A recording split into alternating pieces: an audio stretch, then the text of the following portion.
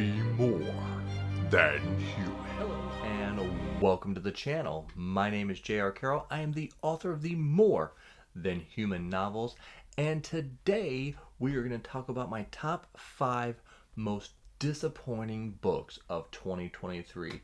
Now, this doesn't necessarily mean that they were the worst books I read in 2023, but they're just books that I expected a lot from and they just didn't quite deliver.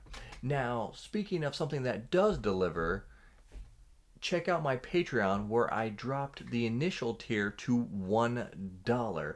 In that, you're going to get a shout out from me when you sign up. You're going to go on this new graphic that I'm about to make. So your name will be on the front of every video. And most importantly, you will get to vote on one book that I will read in the following month's TBR. So if you want to control what I read, I've heard a lot of people say that, I review a lot of books that don't get reviewed on most channels.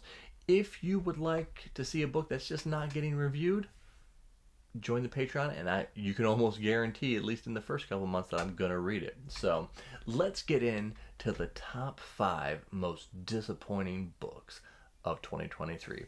Starting off with number 5, and that is All Systems Red. This was the very first book that I read this year. And it was the very first book I reviewed this year. And I feel like I'm completely the opposite of everyone who's ever read this book. Most people think that book, All Systems Red, is the best book in the series. Like, people just universally love that, and I did not. I thought that Murderbot was very annoying in that first book. And the only reason that I kept going is because the books were so short. There was a kernel of stuff I liked. I liked the world. I liked the science, the mythos of Murderbot, and everything. All the books being so short, I'm like, I am willing to give you more chance. And this is another thing that you authors out there might take a hint of. If your books are short, people will maybe forgive you if the first book or one of the books aren't just amazing. But I kept going, and I think mostly they get better.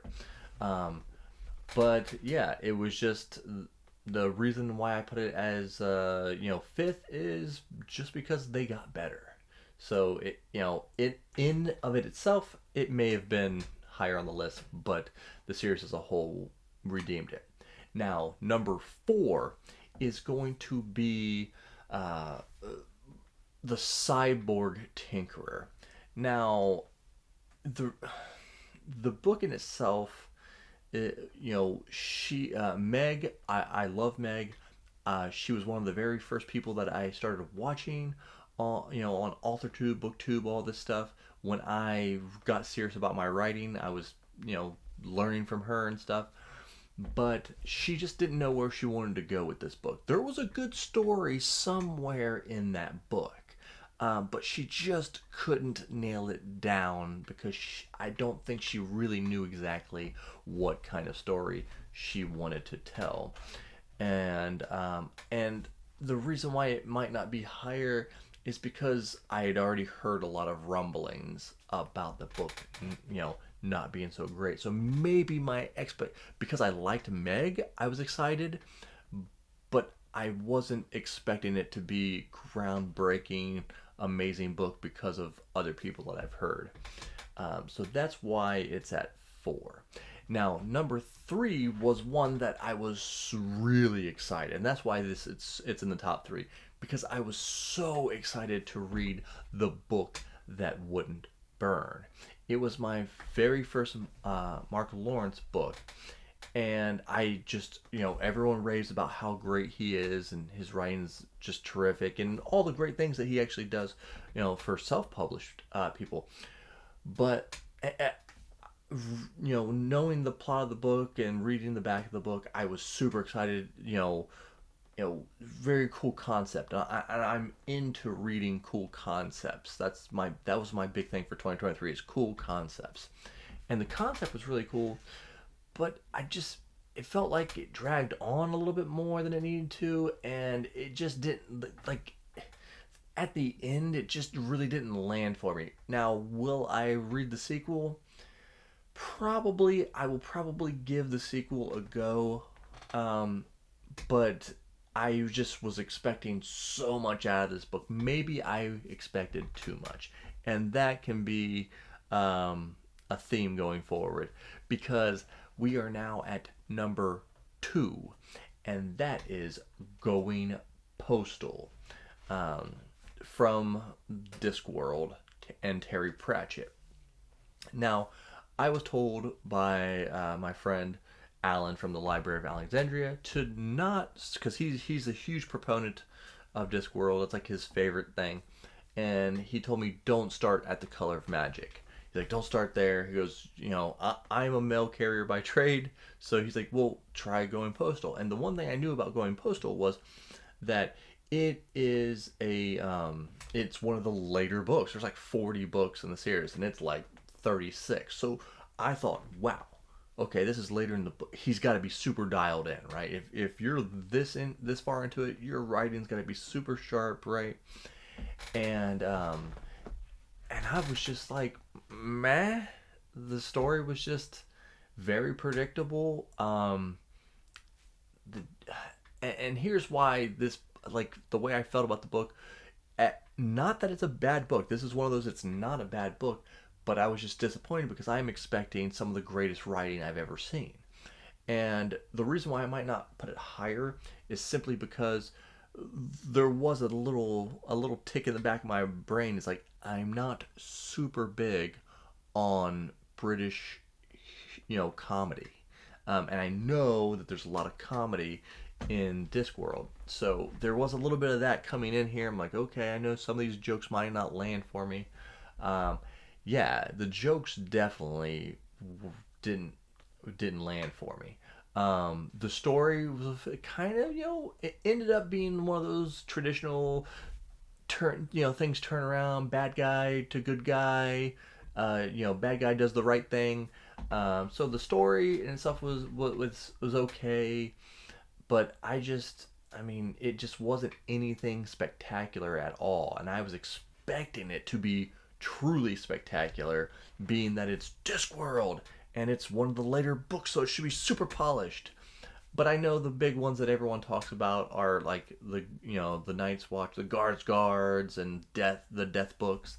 So maybe I'll give Discworld another shot. Let me know what books I should try.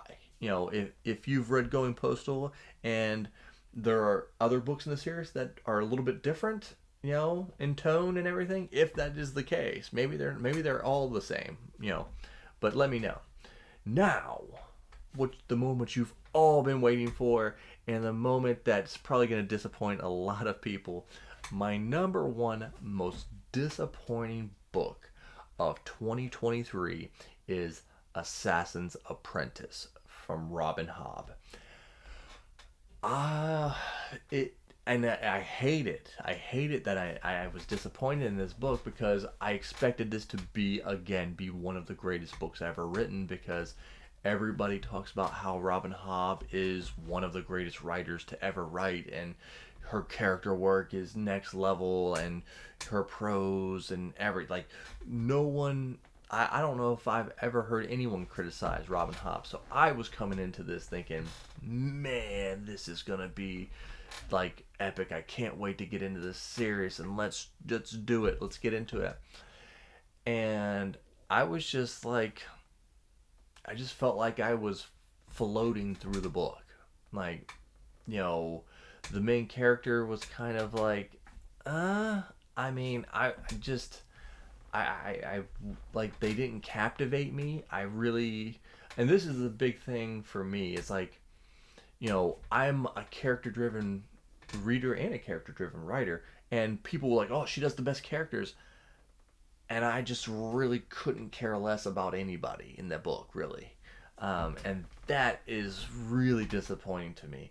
because I was expecting this to be a series that I was, gonna just, I thought I was gonna end up like marathoning this, and just going all in Robin Hobb, or 2024 would be the year of Hobb.